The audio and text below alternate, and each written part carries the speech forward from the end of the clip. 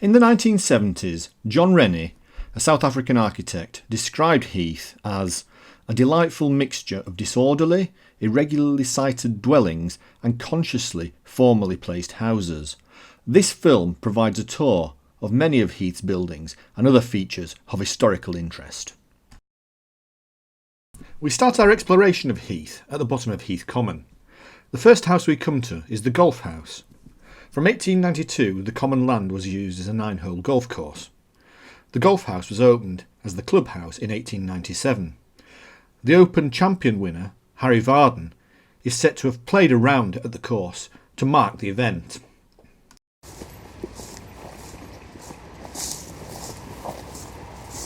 The next feature of interest that we come to is the Whittling Well. This is a wellhead constructed in the style of a stone archway in the 18th century. It was a source of fresh water for livestock and now has listed building status. This is the Heath Common pinfold. A pinfold was a common feature in English medieval villages used to impound stray animals such as livestock until they were claimed by their owners for a fee or sold to cover the costs incurred. They were managed by a pinder whose job it was to look out for stray livestock. The Heath pinfold is built into the hillside near the car park. At one point there was a risk of it disappearing, but in 2005 it was restored by Heath Residents Association. The result of the work is what we see today. Up from the Whittling Well and the pinfold, we reach the schoolhouse. This is a Victorian building that has since been converted into residential housing. Education was conducted here following the closure of the old schoolhouse in 1873. We'll take a look at the old schoolhouse later. We're now going to move right across Heath Common to Horse Race End. The building up ahead was a horse and groom pub that's now been converted to residential use. If we turn to the left and follow the roadway that goes across Heath Common, there's a line of stone cottages and then some more stone buildings. This house is called Heath Manor. It's the first of the big houses arranged around the Heath Common area that we're going to take a look at. Heath is known by some as the village of mansions on account of the larger than average concentration of large period houses of historic and cultural importance. Most of these were built by men who made their millions in the woolen industry during the early Industrial Revolution. Heath Manor is a period manor house that has now been converted into a number of apartments. There are also some historic cottages that look like former agricultural buildings to the rear of Heath Manor. The next of Heath's mansions that we come to is Beech Lawn, and this is designated as a Grade 2 listed building. Moving on, we come to the old schoolhouse. The old schoolhouse is the single-storey building on the right. It was built around 1660 and endowed by Dame Mary Bolles of Heath Old Hall.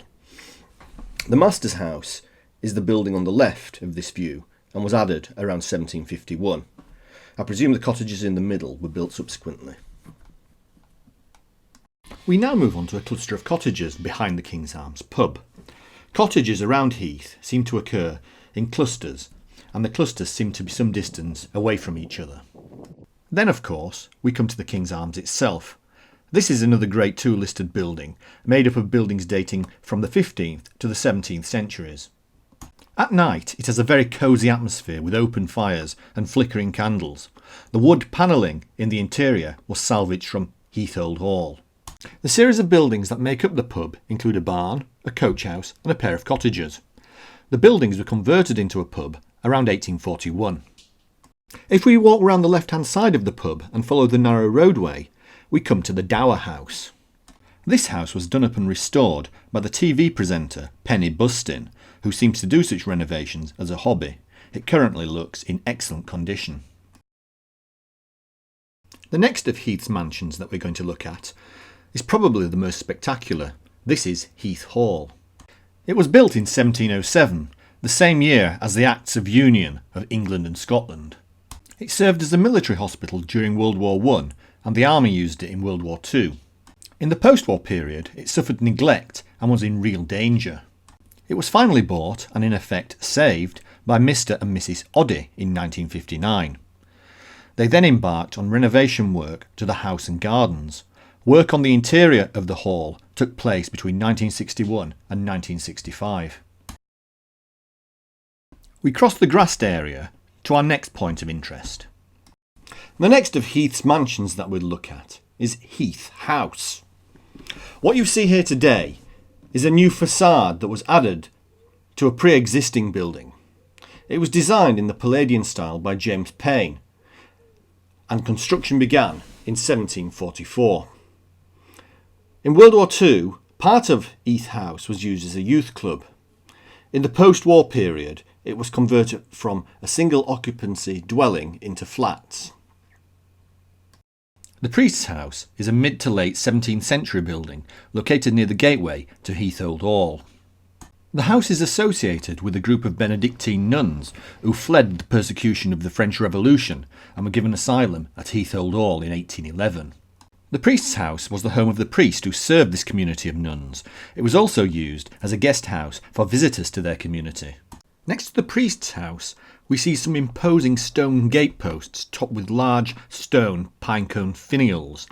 Historically, pinecones have been symbols of human enlightenment. This was the gateway to Heath Old Hall. Heath Old Hall was built by George Ramsden in 1595 and was considered an excellent example of Elizabethan architecture. It was demolished in 1961 following years of neglect. The gateposts are one of only a few remnants of the old hall. The next building we'll look at is Heath Old Hall's Water Tower.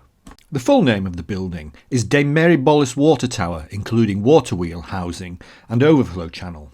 The project to build this tower was commissioned by the hall's Dame Mary Bolles to get water to the hall from a nearby well. The result is considered a fine example of hydraulic engineering. The tower is a good example of a way of getting water to the homes of the rich and famous before the advent of piped water.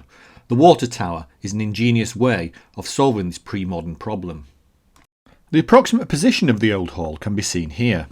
It was located to the right of the water tower behind the more recent stone building that you can see ahead. I'm not certain, but I suspect the stone structure behind that house is a remnant of the old hall. Dame Mary Bolles is probably Heath's most famous past resident. She was born in 1579 and died in 1662, so lived through a very eventful period of English history. She experienced the reigns of Elizabeth I, James I and Charles I, and saw the English Civil War, Cromwell's English Republic and the restoration of Charles II. She was made a baronetess by Charles I in 1635, and this is the only example of a baronetcy being bestowed upon a woman in her own right. There's a famous episode during the English Civil War that involved Dame Mary directly. The story goes that while Dame Mary was entertaining Royalist officers at Heath Old Hall on the 20th of May 1643, a Roundhead army under the command of Sir Thomas Fairfax was mounting a surprise attack on the nearby city of Wakefield.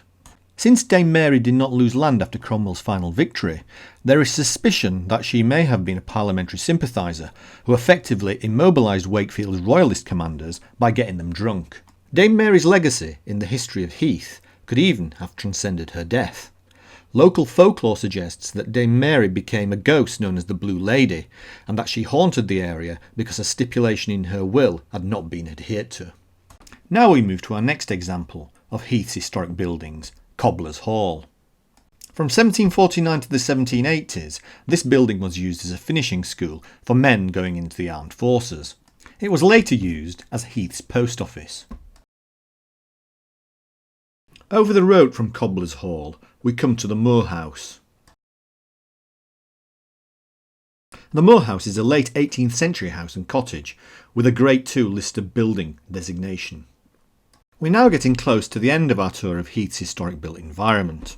However, before we finish, we'll move a short distance to Kirkthorpe, a settlement very close to Heath. Kirkthorpe has a few final features of historical interest. To get there, we will follow the road that runs through Heath.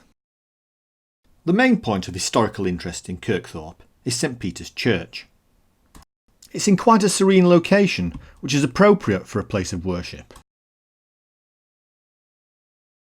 The church tower is the oldest part of the building, and this dates back to the 14th century. If you go around the back of the church, you can see a rather interesting gargoyle. Gargoyles, of course, are designed to direct water from a church's roof. Near the church we come to the Kirkthorpe village stocks. The stocks were a medieval device used for punishing local petty criminals by exposing them to public humiliation. They were therefore placed in the most public location available.